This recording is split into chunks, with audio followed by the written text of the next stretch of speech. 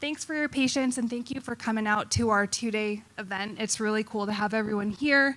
We work so hard all year in preparation for this, and it's just amazing to have all our friends and family here and to make new friends. So my name is Arlie Reeves. I grew up on this ranch with my parents, and my husband and I help run our Wagyu program, even though I'm still trying to keep up with Dad. He's hard to keep up with. But my point being here today, my passion is really the genetic side of our program, but our meat program is important too. It's pretty small, but I feel like it's reflective to a lot of the average Wagyu breeder out there doing direct-to-consumer beef sales. So I felt I'd share a little bit about our program, and hopefully it'd help some folks out, because as we got started, we made a lot of mistakes along the way, and I'm hoping to help you guys out. So this was me in the late 90s showing a Wagyu steer at the county fair, and that was the time when most people didn't know what Wagyu were. Went to the fair, pretty sure I got last in my class because the judge said, "What is that cow?" And he did not do well in the market class. I did okay in fitting and showing, but it's the carcass contest that I would come back and always do fairly well in, because it was a Wagyu crossbred F1 calf. And so spent my whole childhood raising Wagyu cross calves for the local county fair, and I've been advocating for the Wagyu since then. And this is Colt, one of our ranch dogs. So our program, I'm just going to walk through it pretty quickly, make a few points. And what I want to express to you is we're an open book. We're really passionate about educating people, helping you not make the same mistakes we did, whether it's on the genetic side or the meat side. So please feel free, come up after, grab a card. I'll send you my presentation. I'll share our price list. I'll share our information. Whatever you want, I'm here to share that with you, if it'll be helpful.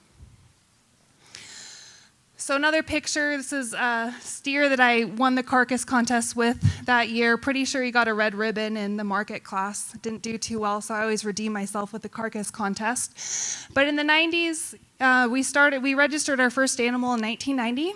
It was a crossbred Wagyu heifer. And throughout the 90s and into the early 2000s, showed the local county fair steers, and then sold whole and half carcasses to friends and family. It was very small scale. It was an outlet for the cows that didn't quite make it in our breeding program. Coming into the 2000s, we continued to sell whole and half carcasses. Some restaurants, but we found it was pretty difficult because the restaurants just wanted our steaks. Then we were stuck with the hamburger in the middle and low-end cuts, and we didn't have an outlet for them. Or if the chef changed over, we'd had stuff lined up, and the chef or new owners came in, and we didn't have that business anymore. Or they found something cheaper, and then we had to go find another place for our beef. So it was difficult in the early 2000s. My brother and his wife have a restaurant in San Francisco, the Brick House. It's been in business all this time, opened in 2001. So we do send beef down there that they sell directly out of their restaurant to this day. When COVID hit, we realized with the demand, we got a lot of influx of people saying, "Hey, do you sell beef directly?"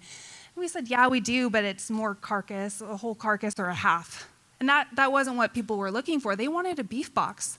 They wanted 15 pounds that they could fit in their freezer. And when the grocery stores were sold out of meat, they were calling to us. They were probably calling to you too. And so that is where the beef box journey began. And it's not something I really was excited about doing, but it does two things for us, our meat program. It tests our genetics, make sure we know what our bulls and our genetics are really doing. And two, it's an outlet for the animals that aren't quite good enough for our genetics program. And so with our beef boxes, started during COVID, we went through the hassle of trying to figure out how we could afford to buy all this stuff up front and make a profit on it. And so we've got different boxes here. We do just a simple thermal bag. And this is really good for our local deliveries. I'll tell you, our program is 100% local. We don't ship. And I'll explain a little bit why later. This, I got a beef box in here. I might need some help in a minute to take that out. We started doing some HelloFresh and Blue Apron, and we're getting these. And we just save them and use them, clean them out. Honestly, they worked great, and I didn't have to spend $3 a piece on them if I were to buy them. And then we've got, for shipping purposes, which I told you we don't do, a good thermal box. And you're welcome to come up and look at these later. So we do, we could put dry ice in here if we're shipping far, or just the thermal or the cool packs if we're not shipping very far, but we don't ship. And I'm going to talk about why. Preservation Meat Collective, where are you guys? Why don't you come up real quick? I want to introduce these guys. We met Cian and Travis a couple of years ago, and they're distributors that will buy a whole carcass from us. We just drop the animal off at the processor, and you take it from there. And then you take our beef into some of the best restaurants in Seattle, and you get our beef out there.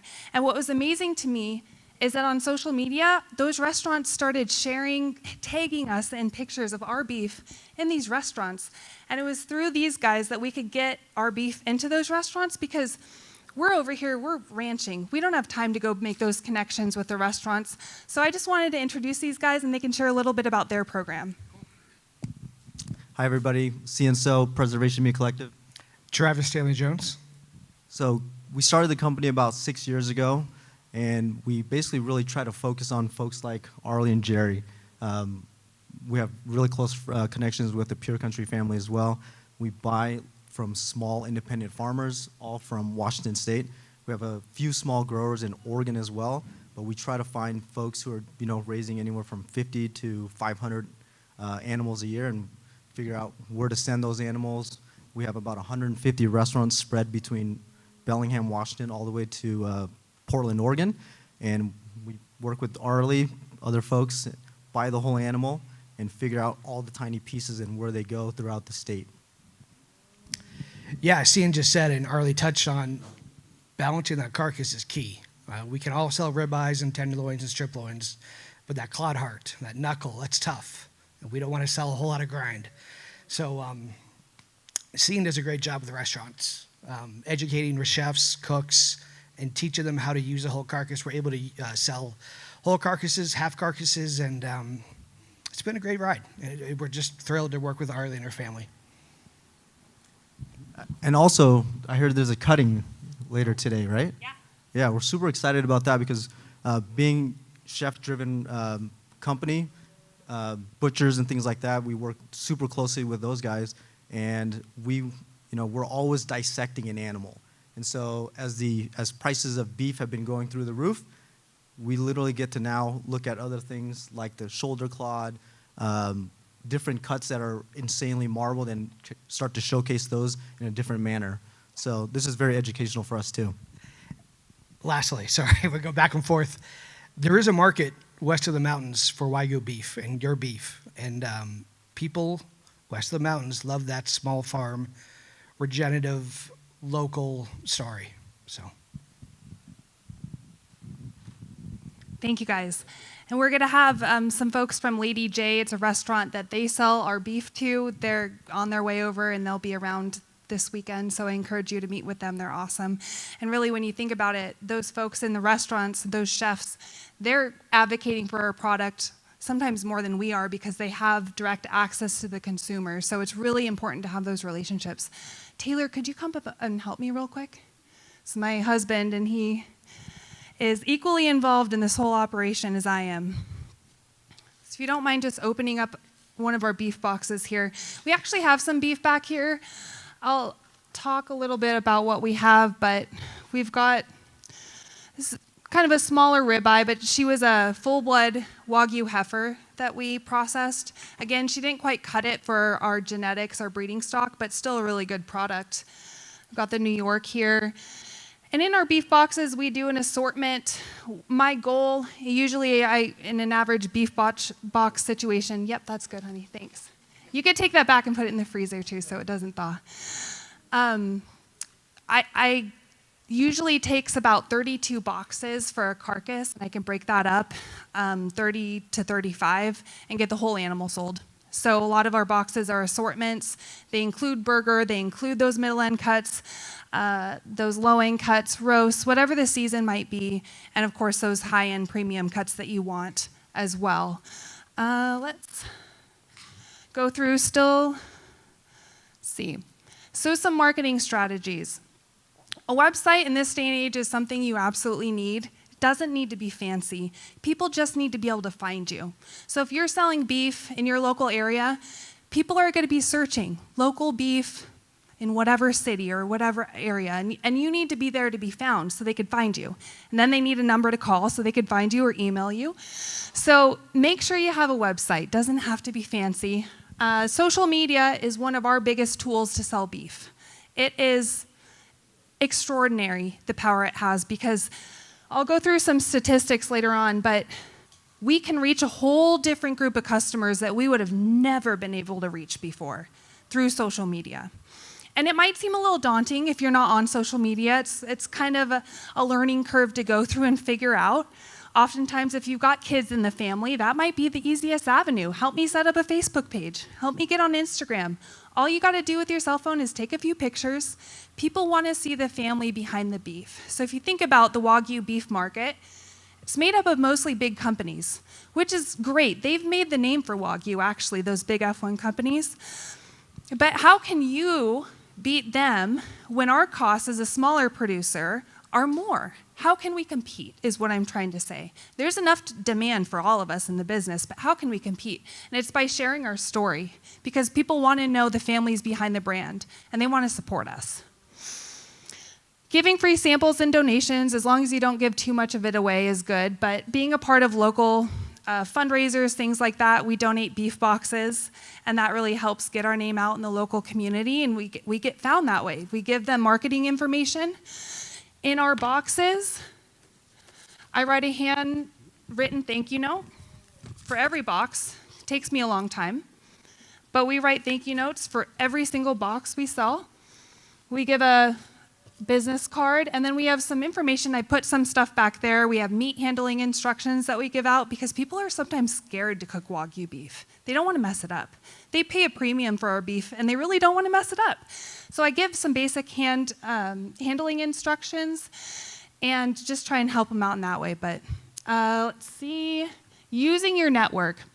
My husband and I both actually work day jobs. He's a physical therapist, and I manage national security contracts for the federal government. What a contrast to ranching, right? But our jobs that allow us to financially invest in our future with the ranching business allows us to know a lot of people that'll buy our beef. So everyone at work, everyone I interact with, they know about Wagyu because I always bring it up. So utilizing your networks and word of mouth is the best way to sell your product after social media. Influencers, people ask me all the time, is it worth paying for influencers to market your beef sometimes? I'd say micro-influencers, people who aren't, don't have millions of followers but have thousands, especially in your area, those are probably worth paying for to do a video with your product or maybe do a collaboration. There's some great resources that the beef industry offers that I don't think the Wagyu industry has really tapped into too much. So Beef, It's What's for Dinner, been around for decades.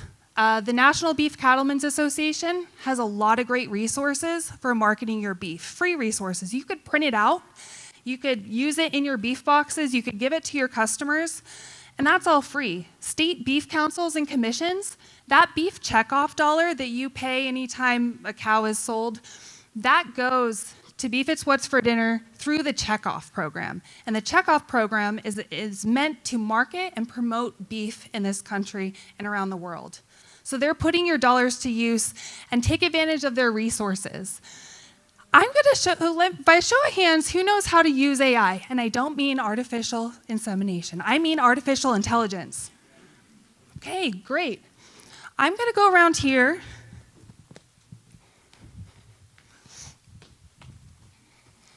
And I'm going to show you how you can use it to help you with your marketing, or at least give you some ideas.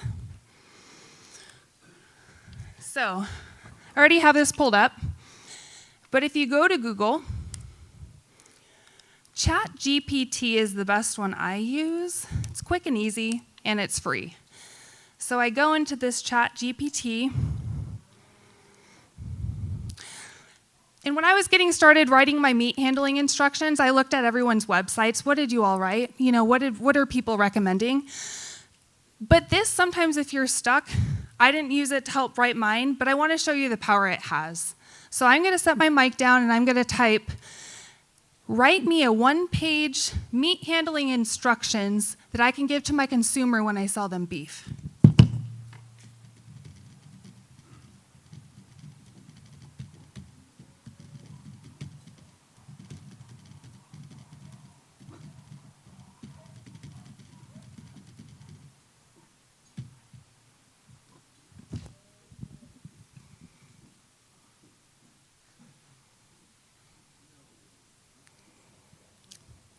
Incredible, isn't it? Gives you a lot of good ideas. Now, I don't recommend taking this artificial intelligence word for everything, right? What it's doing is pulling from the vast internet, giving me the best resources it can for the question I ask. It's not perfect, but I'll tell you, it's a great place to start. You can ask it anything. You could say, write me an introductory paragraph to my website to sell Wagyu beef. It'll come out with something. And you could take that and you could edit it and customize it and maybe not make it sound so fancy, right? But in this case, talked about receiving your beef, storing, thawing, handling, prep, cooking, leftovers, quality check. What more could you need to get started, right? So I encourage you, if you haven't played around with artificial intelligence, do so. It might give you some ideas. Like I said, we don't use it a lot, but we use it sometimes to get ideas on things. At least I do for the marketing component. So now I'm going to get back to my slideshow.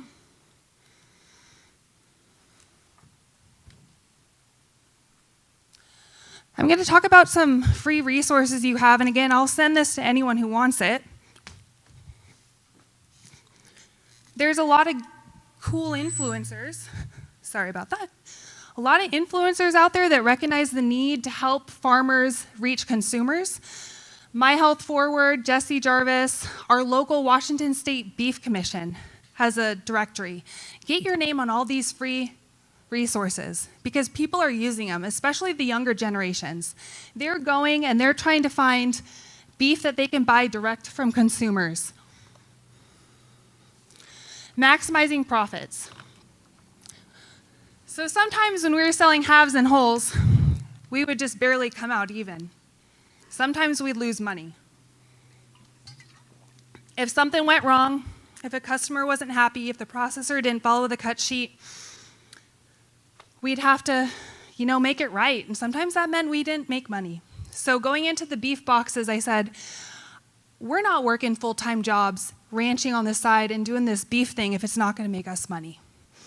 We only process 20 to 24 head a year. Not much, a couple a month. But if I was going to do it, I wanted to do it right and I wanted to make money. How do you do that? Knowing your input costs. How much does it really cost to get your animal all the way to the consumer? How much does that cost? Are you factoring in your time? If you're like me and most of us, we don't really account for our time very well, and that's valuable. Beef boxes, utilizing all the cuts. And for me, it's only been the last couple years where I noticed, wow, I should be saving the fat. I should be saving the bones. People will buy those. The beef offal, there's a market for that. And I've been learning, and Ellie, I'm looking at Ellie right there because she takes all my beef offal. But there's a market for every part of the animal, and you just got to find people to take it and advertise it, and there's a market for it. Shipping, like I said, we don't ship because first of all, shipping's a whole nother situation, whole nother amount of risk that you could face. But for our production system, I know that the demand in this area, in Washington State and even across the mountains, barely untapped. There's so much demand for our product. So I'm going to focus on the story of I'm producing this beef here in Washington. It's going to go and feed people in Washington and the surrounding areas, and people love that. So, but shipping costs can be really expensive. You get to buying a box and an insulator and the dry ice and everything, and shipping, it's over $100 if you're not maximizing on third-party shipping companies like ShipStation or PeriShip. But in order for those companies to give you a good rate or for it to work, because you're usually paying a monthly fee on those third-party companies, you got to be shipping a lot. So for us, we're only shipping, we'd only ship here and there. So you really got to understand if you're going to ship, You want to make sure it pencils out. And maybe you're going to have to charge a lot more for your beef if you're going to ship. I have a question here because my goal is to get people talking and sharing information.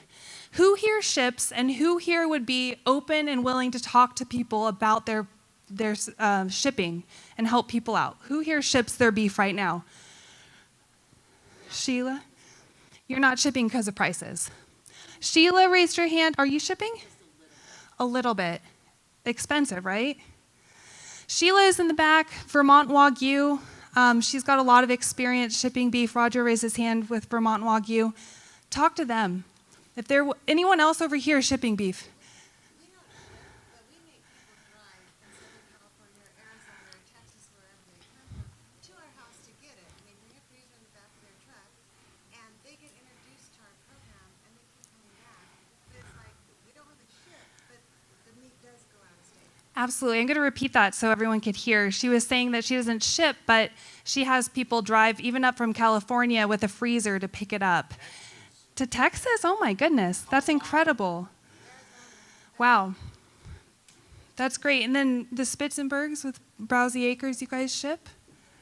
Do you have any pointers? What's a lesson learned? I'm sorry to put you on the spot, Daniel, but what advice can you give from a shipping standpoint? Because you ship a lot. Cheat code. Find out the areas that you can get away with a third day or a second day, and they'll actually get there next day. That's my thing. If you go next day, you're over $100. But if you know your regions, you know your areas where you can actually have it arrive, and you're paying a second day price, that's the only way you're going to get it. Awesome, thank you. So I'm going to repeat that so everyone can hear. There are areas when you're shipping beef geographically, and so if you find areas that are 2 or 3 day shipping, you said, you can get it there overnight or next day. So just understand those shipping areas and what you can do and what you can't do, and then just really pay attention to the bottom line, because at the end of the day, you got to make money doing this, and it just makes it that much more enjoyable when you do make money. So again, shipping, I don't anticipate we're going to be shipping, I hope ever, just because we've done it with the half carcasses, and we've sent all the way to Florida, and it gets left out and it gets spoiled. And then we have an unhappy customer and we're out thousands and thousands of dollars. So if I don't have to ship, like I said, the demand is still untapped. I'm going to bring up this Authentic Wagyu program through the American Wagyu Association. I'm lucky enough to be on the board and be involved in this program with Sheila Patinkin back there, and she's our board president. If you don't know who she is, she's a wonderful woman that's done a lot for this association. But the Authentic Wagyu program is a labeling program, a process verified through the USDA program that will add value to all our animals if we're part of this program. And essentially, it's taking the name Wagyu back and adding traceability to a label. So it will be a label, Authentic Wagyu, that can go on your product. If it's registered or DNA's back through the association, it includes the F1 crossbred, purebreds, and full-bloods. So it's a really exciting program that's undergoing USDA approval right now and is in the works. So once that is ready to hit the ground, I think it'll add a lot of value to our products.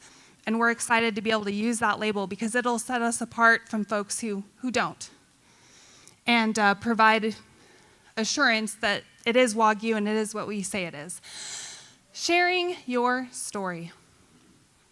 This is an interesting statistic. 54% of young Americans have never seen a cow in real life. And this study was done by a Life magazine that looks at where the future is going with people and how they spend their time and what they experience.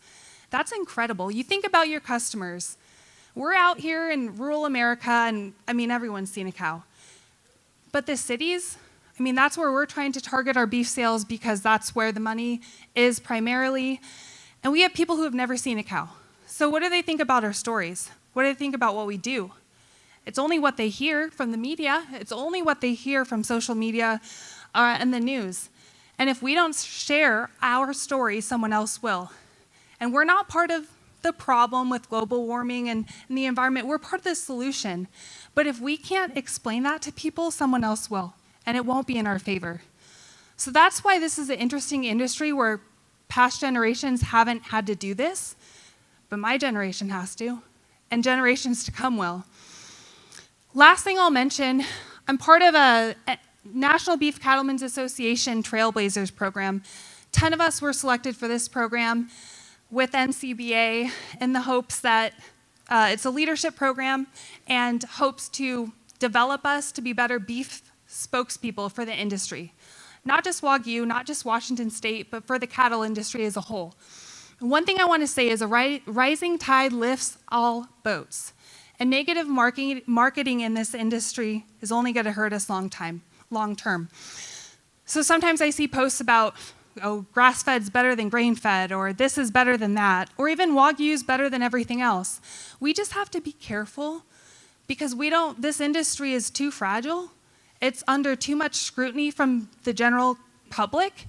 We can't afford to not be positive in the way we market our industry.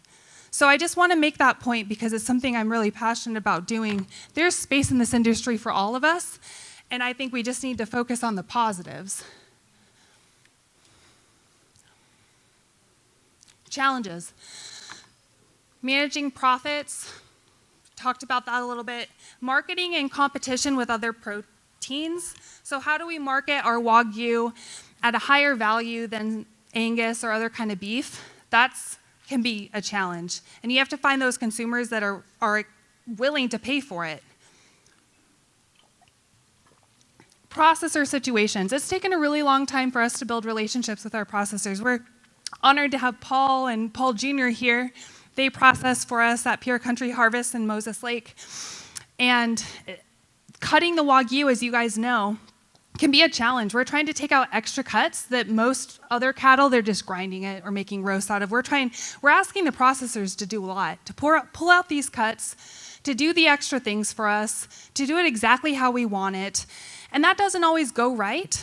And so I'll leave with you, just my tip is don't take it too seriously if there's mistakes. Always have a plan A, B, and C.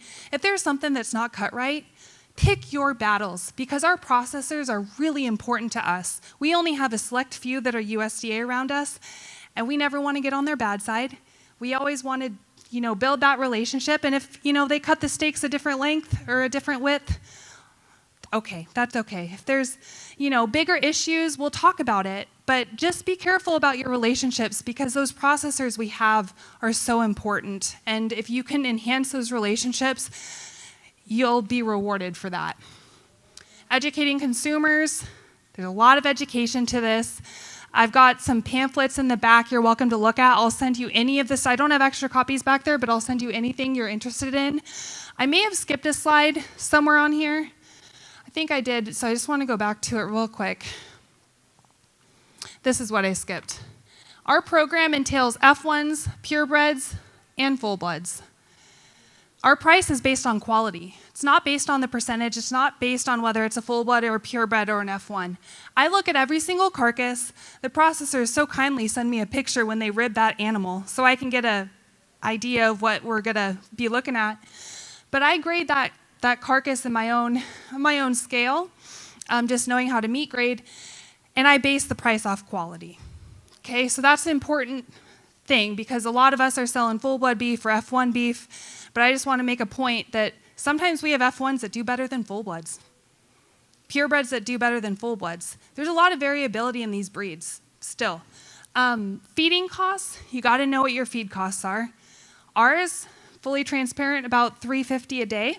We feed in a feed yard that we were in Connell, Washington, and AgriBeef bought it over, and we were allowed to keep our little yard in there and stay in there, so we're pretty fortunate in that way. So we're not feeding them here on the ranch, but our feed costs are about $3.50 a day. Process at 27 to 30 months. And sometimes, there's no perfect number there. If we need beef, we'll pull them out, but we try to, 27 to 30 months is usually what we do. And our most profitable is the F1s. If I have my choice, I'm actually going to choose to sell F1s all day over full-bloods. And the reason being is our cattle for our program, and this is going to be different for every program, so take what I say with a grain of salt because there's some great full-blood programs out there. Our cattle We breed our cattle for the tough terrain, the Snake River. They got to be agile. They have to be a little bit small because if they're too overly big, it's hard for them to handle that terrain.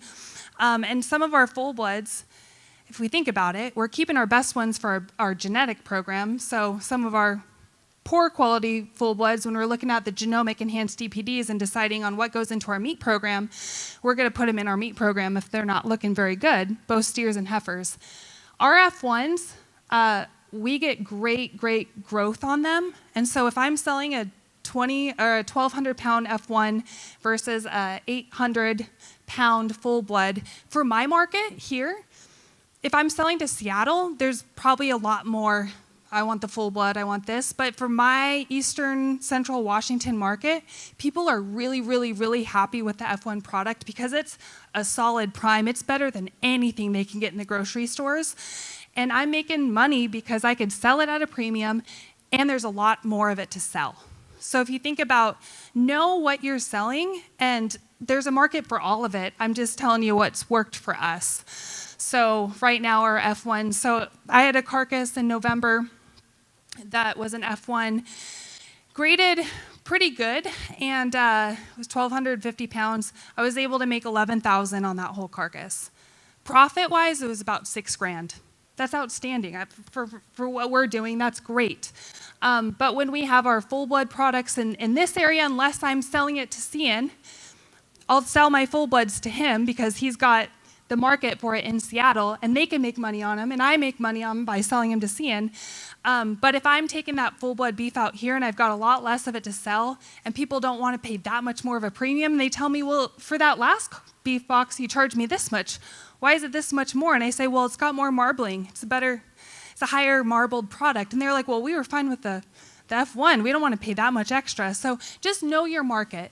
And you guys might be in ideal spots for full blood beef, purebred beef. Just know your customer and know your market and know the financials of it. So I'll end there. We've got some great presentations this afternoon with some outstanding speakers. I went first so I could get mine out of the way and really get to sit down and listen to these incredible guys talk. But if you have any quick questions, I'll answer them. I've got about 5 minutes, and then you can find me the rest of the time. So any questions? Yes? It depends. Sometimes we'll pull them out. We'll put them in there after weaning yearling weights. Sometimes we'll put them in there later. If we don't, because see, we got to wait till we get the DNA back on them if they're not F1s. So we want to see our genomic enhanced DPDs and how they look to be for breeders. So we might do them later. So it's a bit all over the board. Yes, sir. Angus, mostly. So we've got some Angus cows in our herd that we bought from pregnancies, but it is amazing to see all the dairy crosses. I mean, I've seen the Longhorn crosses. The Wagyu really adds to any breed. So it's quite incredible to see how they influence the beef market as a whole. Any other questions? Taylor.